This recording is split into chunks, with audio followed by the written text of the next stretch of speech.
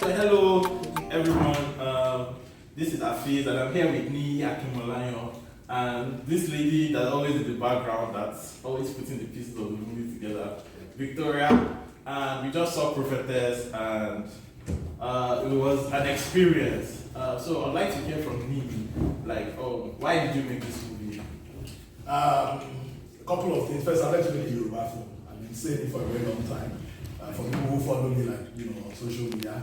I've also been asking, why has nobody made a football film? Nigerians love football. There was a time I even asked people to suggest football films for me to watch. I just felt that we had a great opportunity to use cinema to create experience that people naturally would not get, like on phones and all that. And it was also important to tell stories that resonated with me a bit. So I grew up in Ibadan.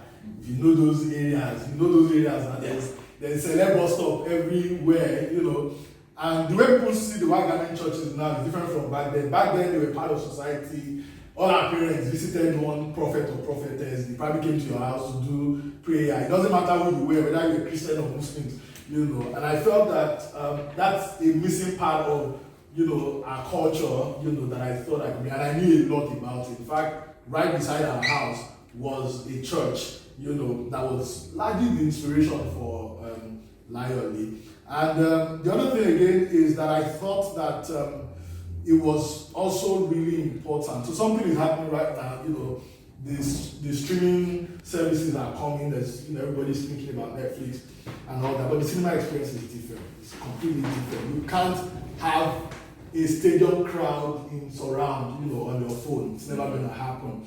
And we felt that we had just barely started the cinema culture, and it looks like, we might lose it if we're not careful. So we have to make films that bring people to cinema.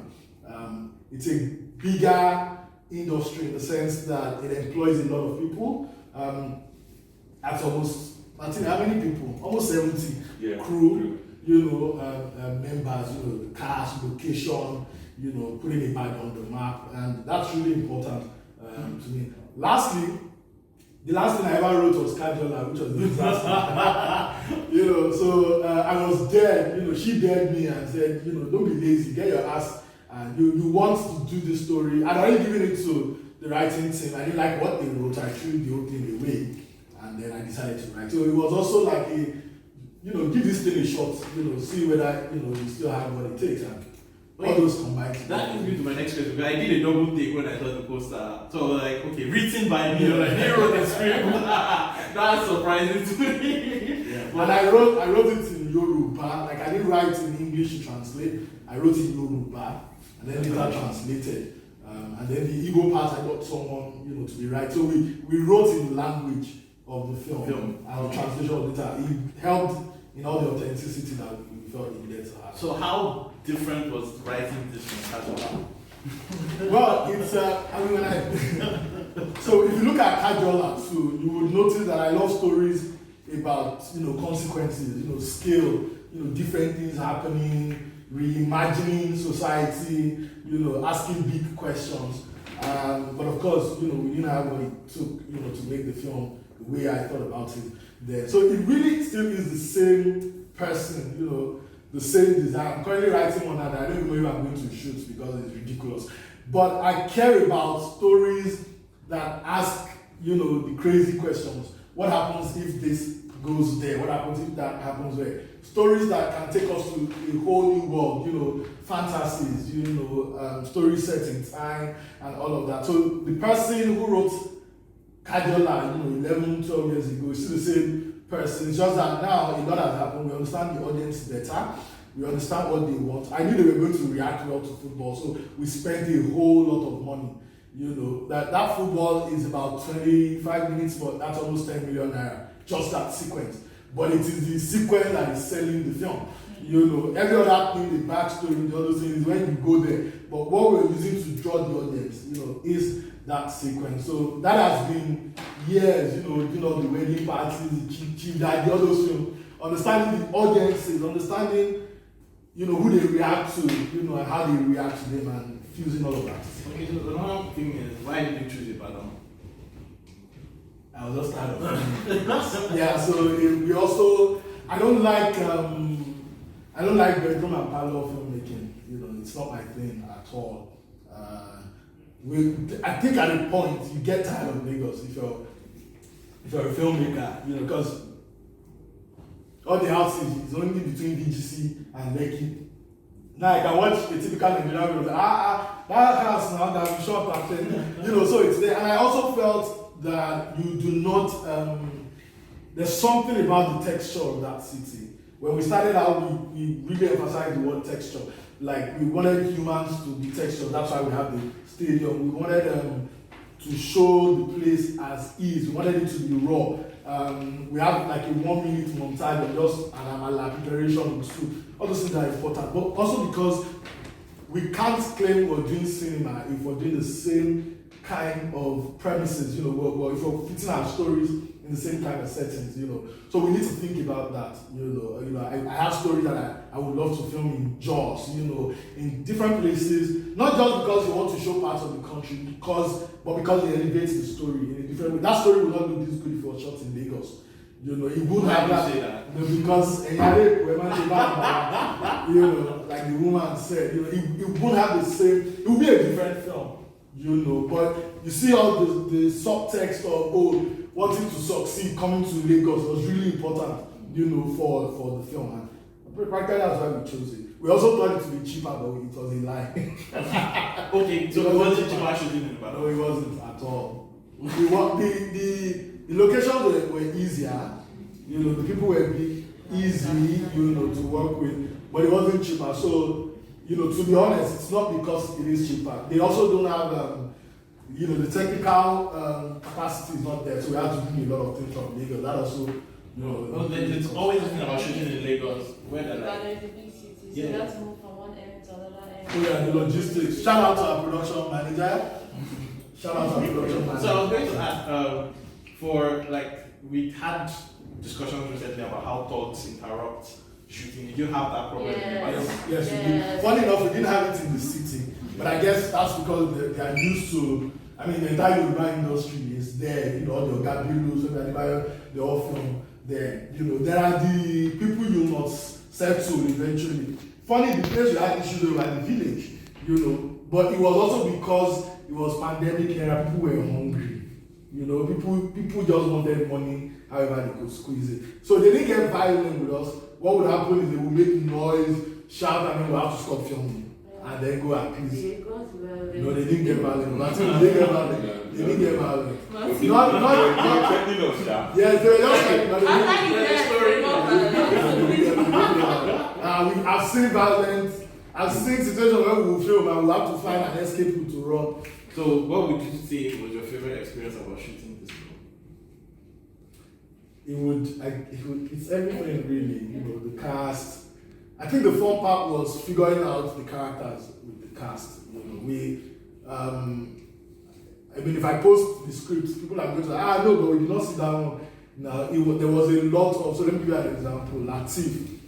I'm like, I want you to look a little different in this film. What have you not done before? That you're like, I've never scraped my head in the film. That's what we are doing. We did that. Tony, because I wanted the lead to initially be a stammerer. And they said, she's done a lot of that, but maybe she could try something, with a lisp, with her tongue, and all that. We played with that. We had like 2 days of making the two sisters fight, so we were sure when we were filming, they get it right, they don't enjoy each other.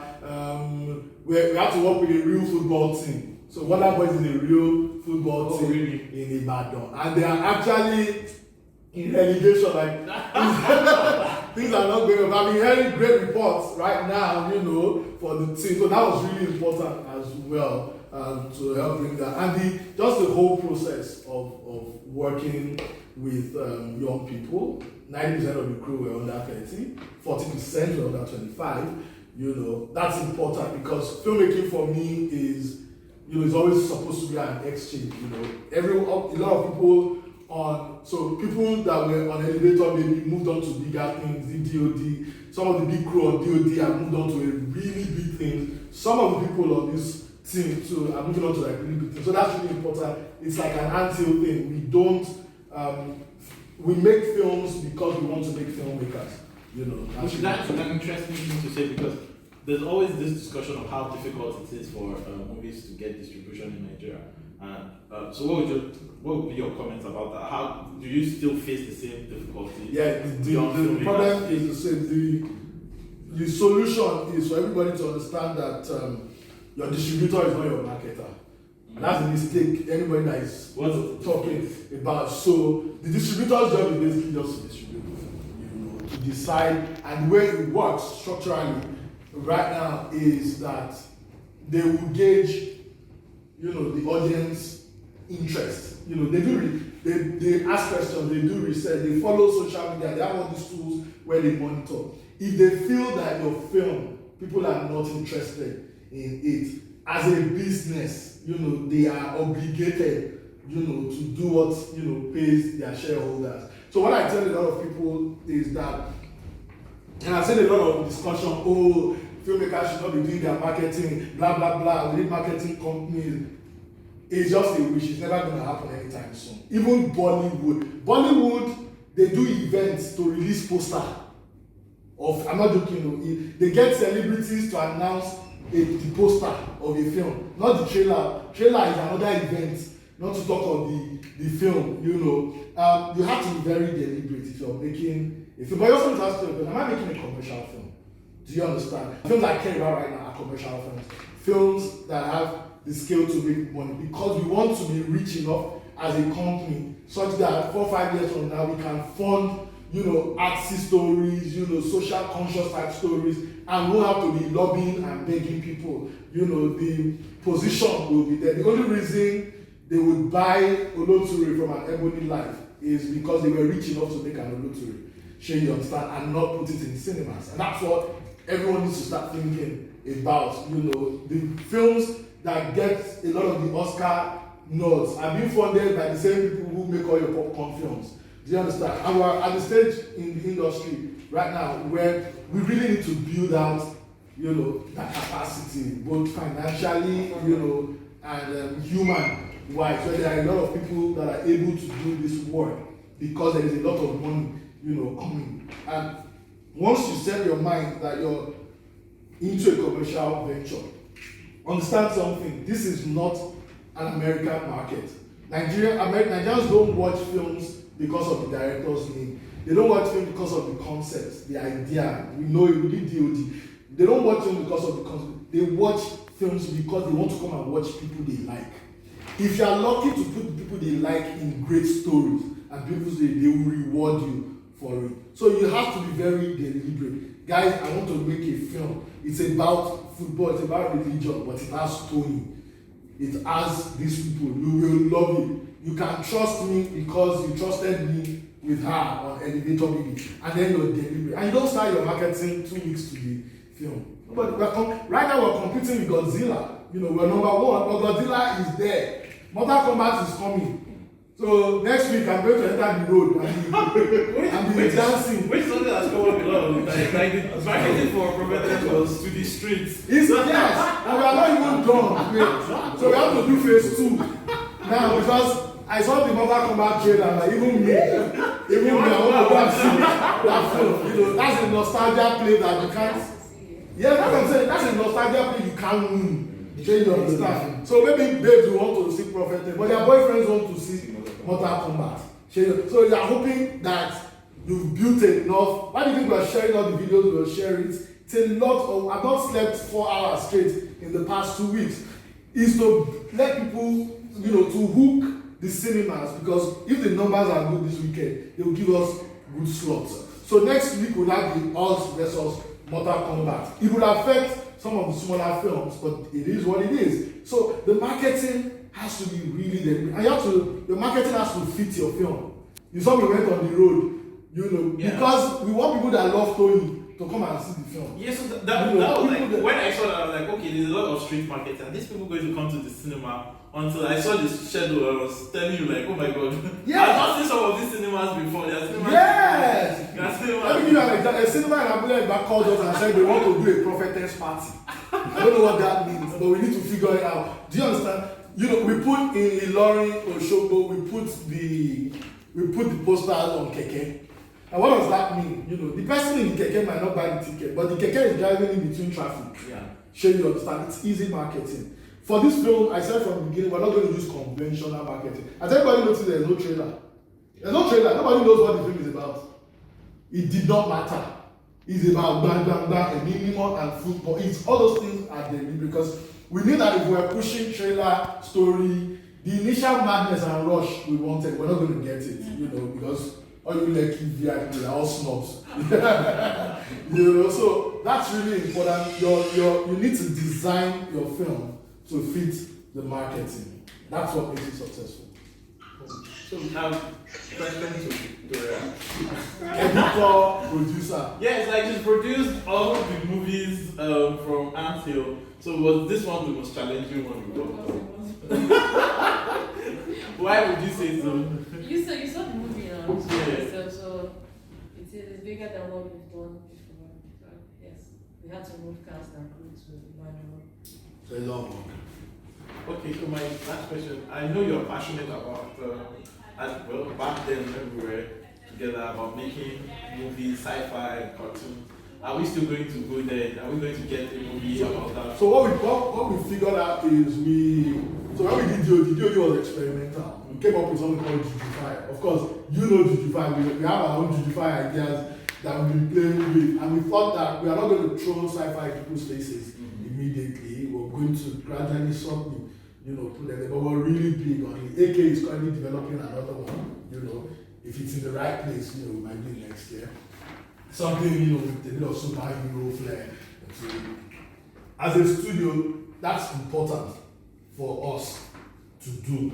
But we're very strategic about it. So we're asking ourselves the question, do we want to spend a lot of money to put that kind of film in cinemas when the audience is not ready? Or do we want to just target Netflix first? Or how do we fuse it? DOD, we have to use Brother Shaggy a lot for the push, you know. So even if you don't buy into the sci-fi, you will buy into the nonsense it's doing, and then we try to fit in a very strong, you know, story about traveling in the past and changing your destiny into it. So that's really still big for us. But we would, we also want to just see how, you know, how things go. You know, like for instance, I want to see how Prophetess, you know, what it does eventually, you know, what it means for the studio. Does it mean we'll make more films like this, you know, with this using language and people and, you know, all the things that are very, very grounded to our reality, or are we going to try something? But until we're not interested in stories that don't have something different, there has to be something different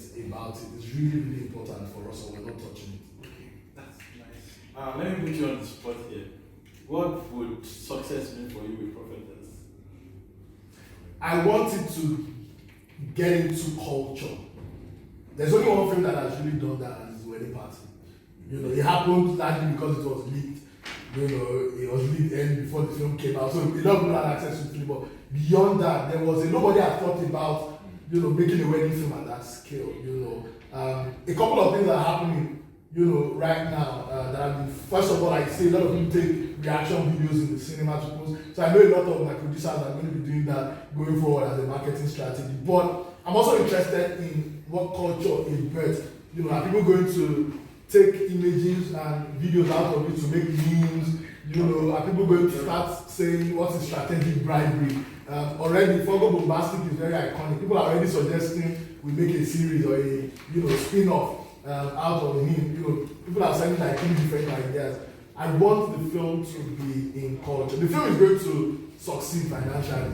I already know, of course, because of the noise that has gotten, you know, by the time we're talking with Netflix, the offer is going to be a lot better. You know, basically that's where a lot of the profits will come from. But if it succeeds financially, and next year people are still not talking about that crazy Fogo Bombastic guy or Ezego, then I don't feel the film has succeeded.